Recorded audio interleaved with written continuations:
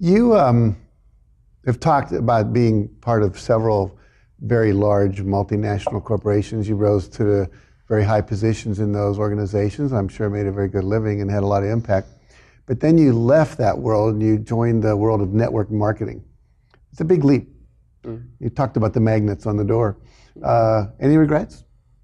None whatsoever. It's been an incredible learning experience, and I would typically say that, and I really mean that those years, I would even say that the first 5 years working in that kind of network marketing, multi-level marketing, direct sales world, I would say that I learned more about myself and about other people, and I learned more about sales, communication, and leadership in those first 5 years that I learned in the former 18 years, working with some phenomenal companies, like IBM, for example, who invested a lot of money in my personal development.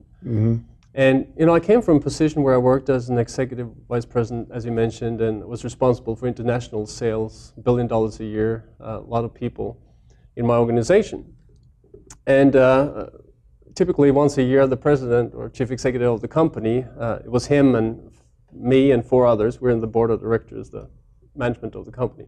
So typically every year we would have a conversation with humor, and we were very good friends and so on, but we had this debate about how much I was worth.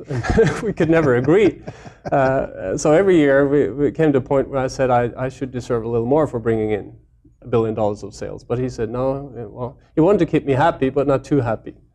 So eventually I said to him, pay me nothing, and pay me a piece of the cake instead. And said, no, I can't do that. That would be unfair. We have to, rearrange. So I found that in order to take control of my own time and my own freedom and my own income and so forth, I got to start my own business somehow. But I had no idea what I should do.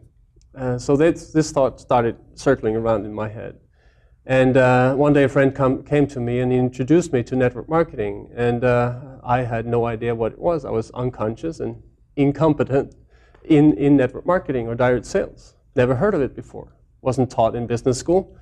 And I was open-minded, and I was really curious to see what this was. Because as we talked about the law of polarity, you can choose to, going back to choices, you can choose to look for what's good with it, or you can look for what's wrong with it. And with my experience from management consulting and a top manager for years, I had seen hundreds of companies and in numerous industries. And one thing I didn't know was that there's no such company that is only good. I mean, they all have problems at some point. So I thought to myself, why look for the problems? I really want this to be the way to start, or one way to start my own business and become an entrepreneur. And so I started looking for what's good with it. And I was astonished about it. I looked at it and I saw there was a phenomenal market, some incredible opportunity where, people around the world would all need these products. So if there are products that everybody needs and nobody has them, then it's usually a good starting point. And then I looked at the company, and the company was very solid, had many years of experience, and it was debt-free and all these things. I looked at the product portfolio, and that was incredible. The philosophy of the company was good, and the management seemed to be good, and the compensation was incredible because there was no roof to it.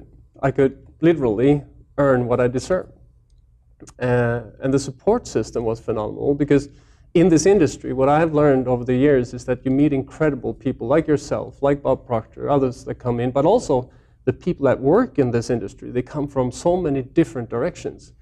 And you learn so much more. In the IT industry, I learned to know IT people. In the travel industry, travel people.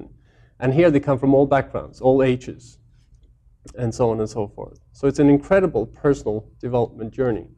So my evaluation to it was easy, really. I found out what I need to do to create a good business out of it. And then, of course, I started asking other people what they thought about it. And I made the first mistake that we talked about a little bit before. I asked a couple of friends, what do you think I should do? I came across this great opportunity. And of course, most people have not done this. So they started looking for what's wrong with it instead of looking for what's good with it.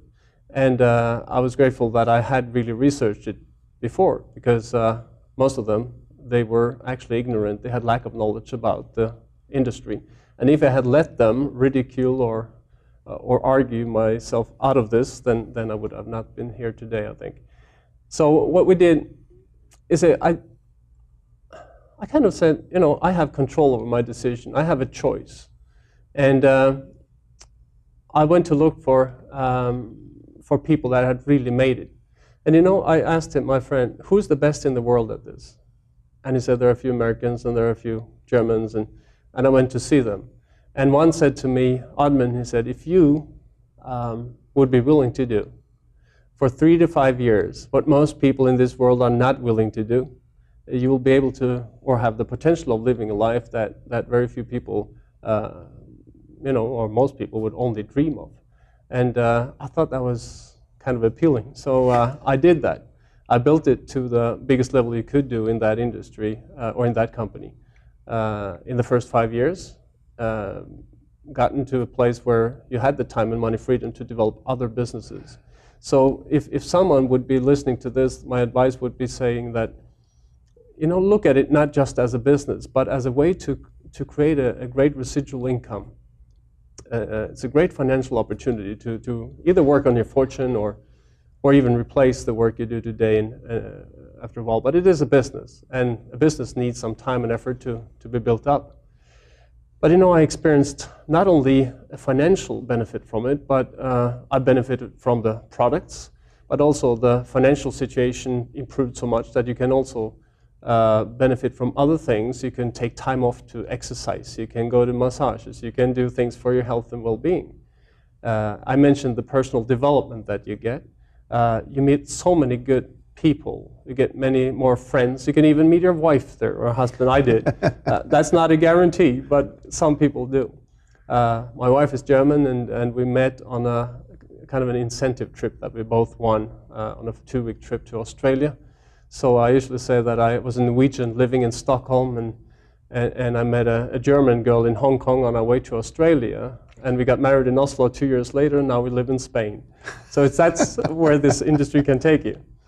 It's an incredible experience, and it has so many good friends all over the world. As I may have mentioned to you before, we calculated, you know, directly, indirectly, that we have had the pleasure of impacting hundreds of thousands of people's lives in many different categories all over the world in more than 25 countries. So it's a very rewarding way to work, and that's why we continue, because you meet a lot of great people in this. So I choose to look for the good in network marketing, and I know a lot of people would maybe look for the bad, and then you will not find you'll find that too, and you will not probably benefit from it. But if you want to benefit from it, I suggest you look for the good, and you may see something of the same that we have experienced.